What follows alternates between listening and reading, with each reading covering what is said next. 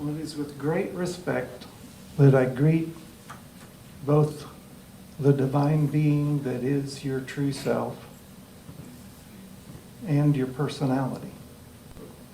Both of you occupying the same chair. It's economical that way. I thank you both for being here.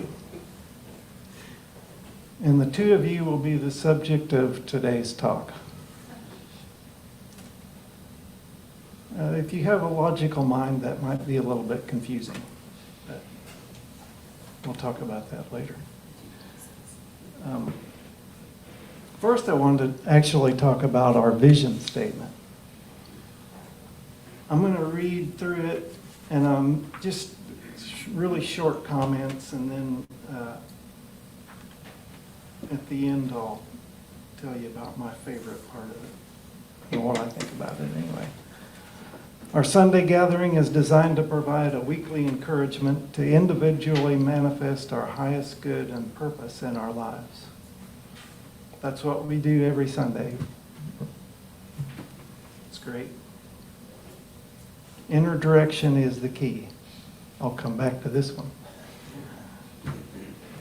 We reinforce positive directions for our lives and the infinite potential within us.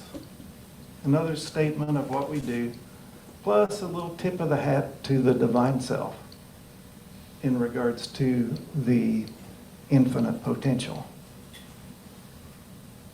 We seek connections to create an open atmosphere of acceptance of all backgrounds, races, and lifestyles. Seeking connections, open atmosphere, accepting everybody, good stuff, right? World needs more.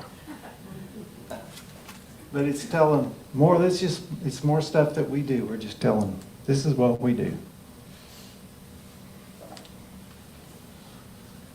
We seek connections to create an open atmosphere of acceptance of all backgrounds, races, and lifestyles. More stuff that we do. Seeking connections, open atmosphere, accepting everyone. What could be better?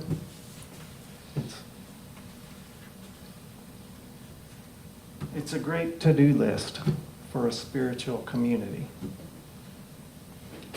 But my favorite line gets to the heart of the matter, and that is, inner direction is the key.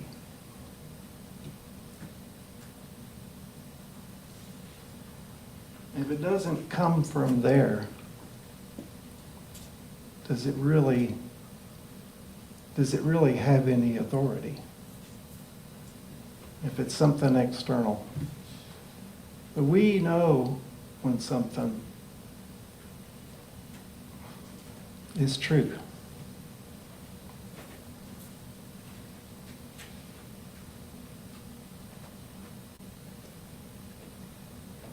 You can call it the Holy Spirit, you can call it the divine self, as I will be this morning, or the true self.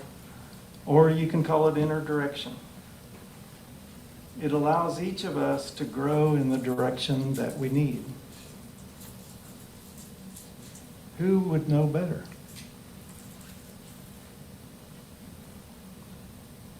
Most places you go on Sunday morning will expect you to be of like mind, at least about how to find God. Not here because we understand that we all have different minds and different vocabularies. And as long as you're considerate and respectful of other people, then you're always welcome. We're not saying that we have the answers. We're just saying this is an environment where we can discover and share. Help each other. Use that inner direction in pursuit of our spirituality.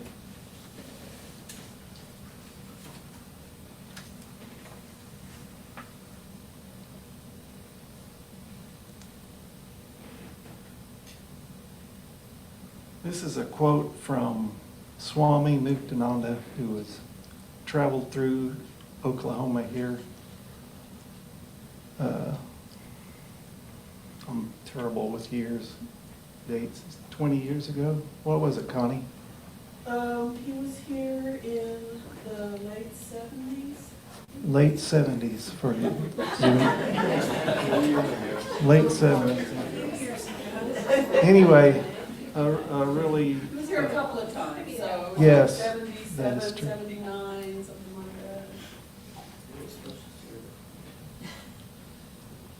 that. He's a great, incredible spiritual being, and his message was clearly, he had little cards. He had it printed on his little business cards. Honor yourself, worship yourself, meditate on yourself. God dwells within you as you.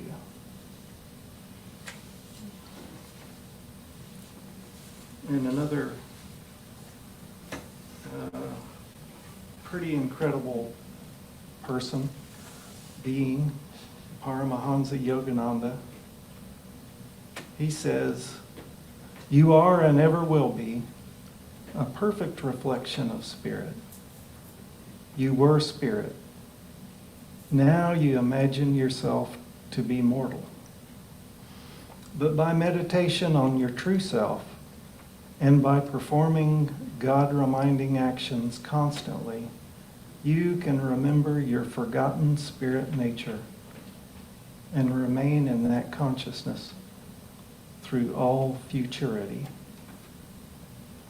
Since you are immortal, do not burden yourself with earthly limitations."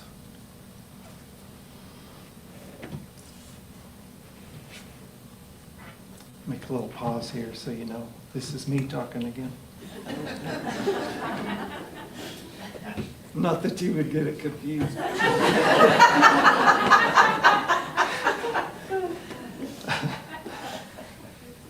You are, you are not this body. You are not this mind. You're not even this personality. What you are is what animates these things. Far more precious. Your source is the same magic that makes everything in the universe work. It makes the grass grow and the birds sing, and there's no limit as to what can be done. We honor that source by expressing our love for life every moment with whatever is available to us, without attachment, because the process of love itself is the only thing that lasts. What we really are is the stream of consciousness that flows through us. Consciousness is our greatest gift. It is what allows us to experience life. The stream of consciousness runs through the divine self and continues on to the personality. Consciousness has no width nor length. It has no form nor mass. Yet it may be the most powerful thing in the world, in this world of form. We are a unit of consciousness.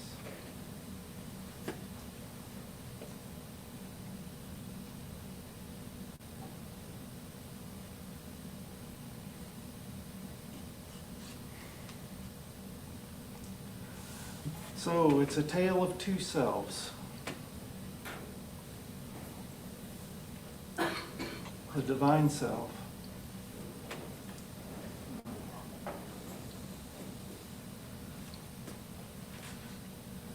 is the conditioned presence or pure consciousness. It watches our lives objectively and impersonally through the eyes of God. In doing so, it is always kind and gentle, infinitely patient and loving. It is tuned to its source, always connected with the oneness. That's its job. It is fearless and secure in its permanent nature. It cannot die or be harmed. It loves generously and unconditionally. Your true self is complete within itself.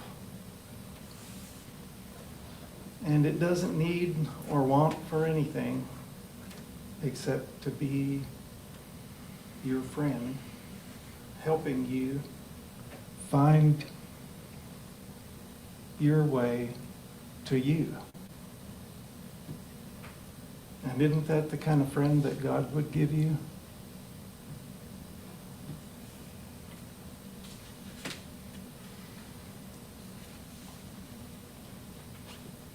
I got off a little bit here. In my experience, nothing makes my divine self happier or pleases it more than when I want to be with it and be one with it. For heaven and earth to become one is the prophecy.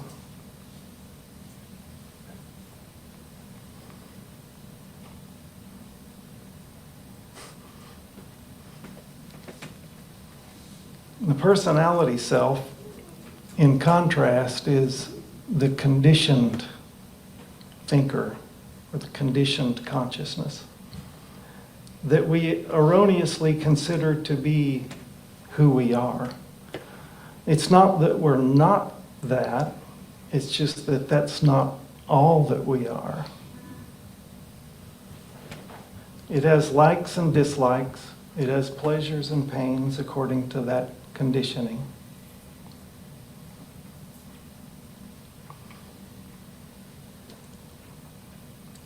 And these likes and dislikes and pleasures and pain control it to a great extent.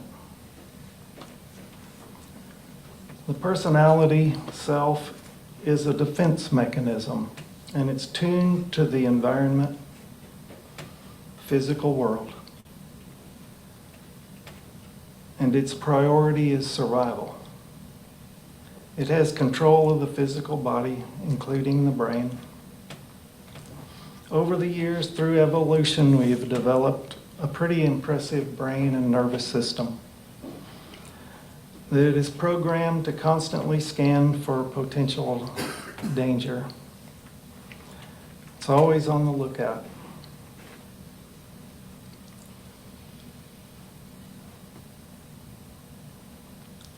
Sometimes the personality self believes that it is the brain. This is the ego mind or the personal self. And that's why we have these minds that are hard to quiet. It's because that's what they're designed to keep active, keep thinking, looking for danger. And if you're just sitting around, there's not much for it to do except for make up danger.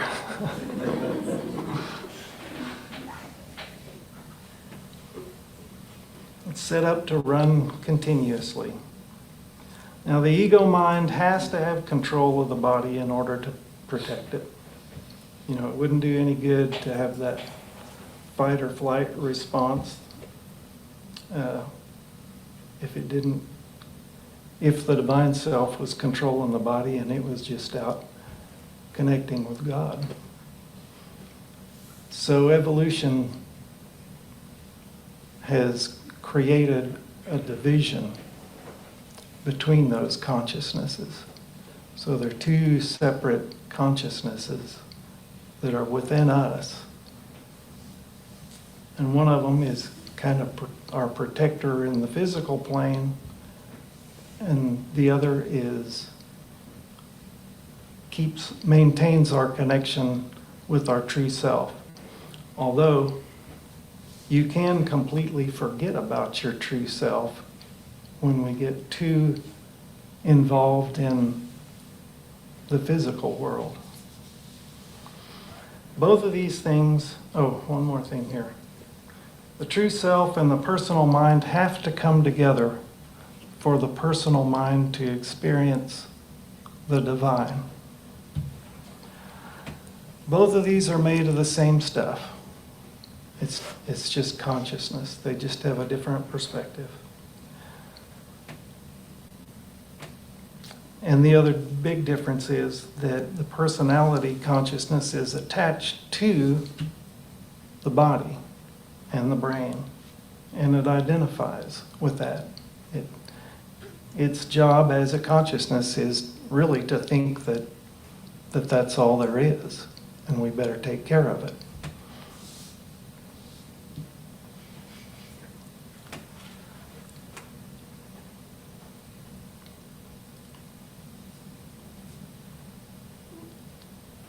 Now, it can be a lot of fun to have this body.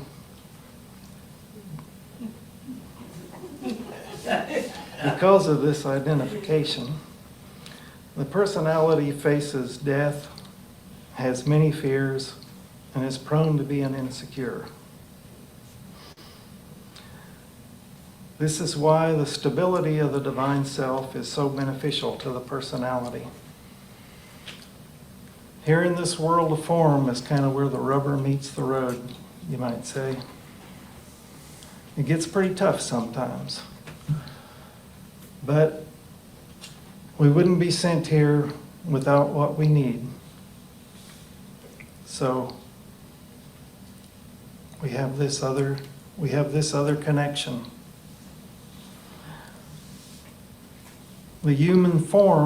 In the human form, we are actually a blend of the divine self and the personality self.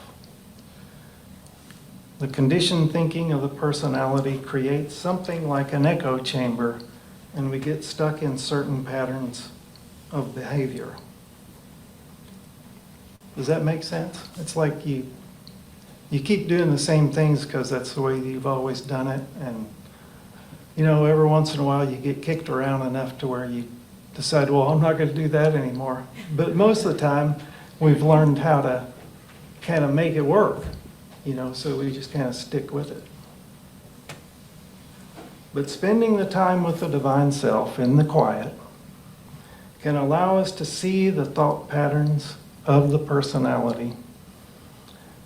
And those patterns that are unhelpful can be exposed and eventually modified. And when the divine self becomes more awake, it's possible to make these adjustments on the fly. You can be in a situation where oh, I see this happening. I've been down this road. And say, I'm not going to do that. It's not a case of good versus evil. It's more like calm and stressed. There's a lot of stresses in this physical existence.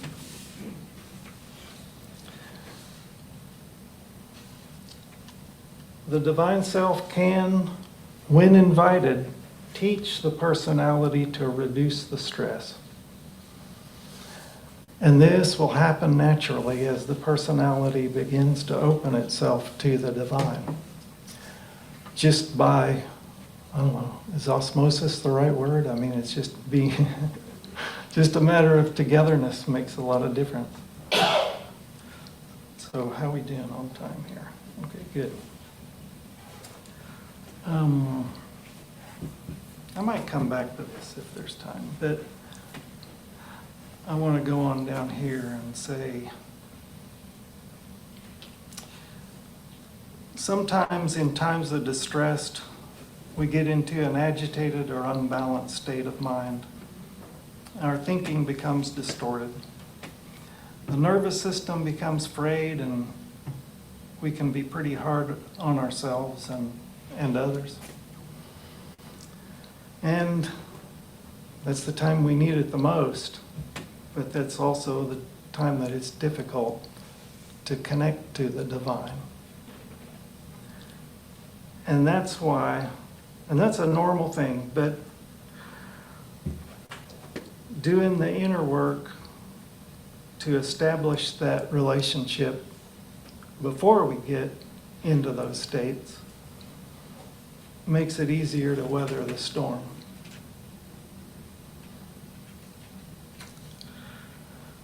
For example, a few days ago, as I was writing this talk, as a matter of fact, I started getting anxious about it. I was too much in my mind, too much thinking about what to say, thinking about what you all would think about it, what you would think about me. And started getting tired, and I began to regret having chosen this. You're doing great, Darrel.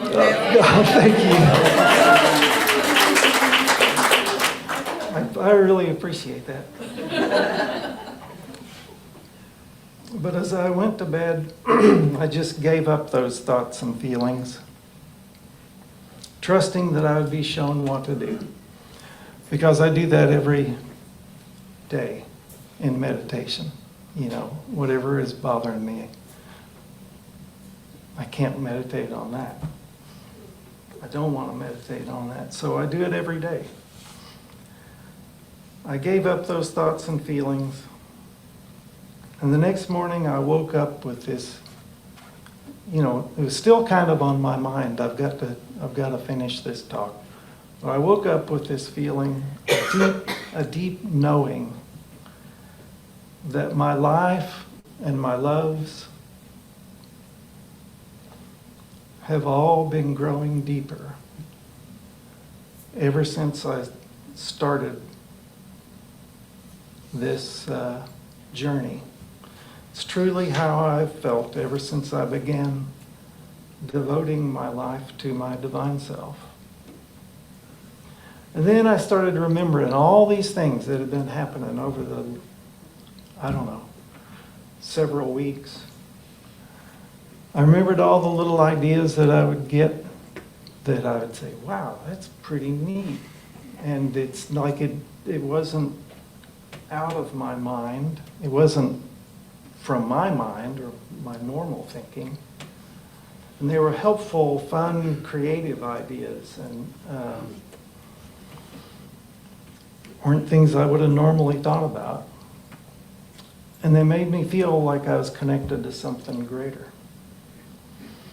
And then I remembered all the times that I literally had a little bird tell me where to find my water bottle or my phone. So it works on little things too. They see it all. They really do. And in the calm, we can remember it. I don't know how much time we got. I could tell you some stories, but I also realize that I'm learning to see things from a higher perspective. I'm not trying to impress others so much anymore. I'm trying to serve where I can and just keep myself in a pleasant, calm state of mind. Stay connected to my true self. And this is what I've been asking for. And when we ask, we open ourselves and we can receive.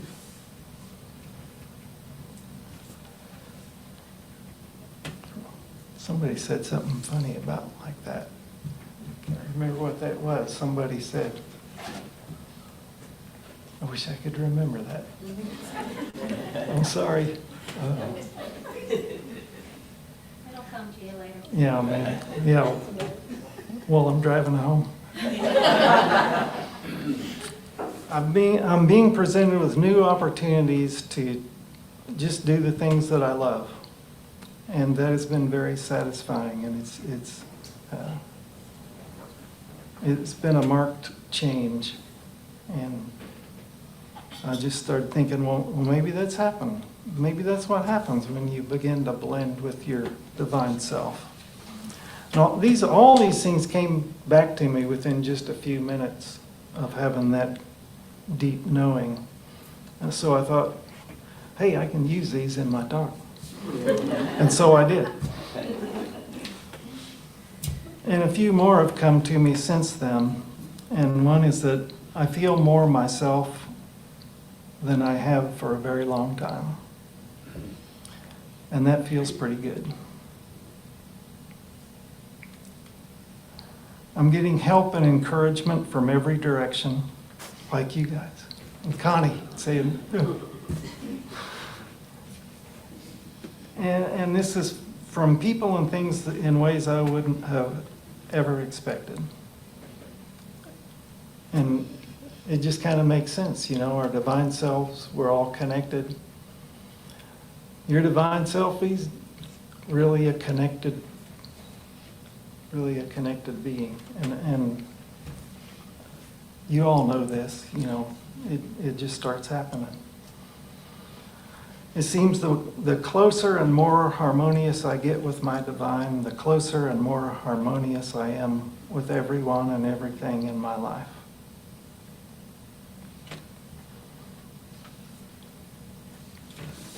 Okay. Probably time to meditate.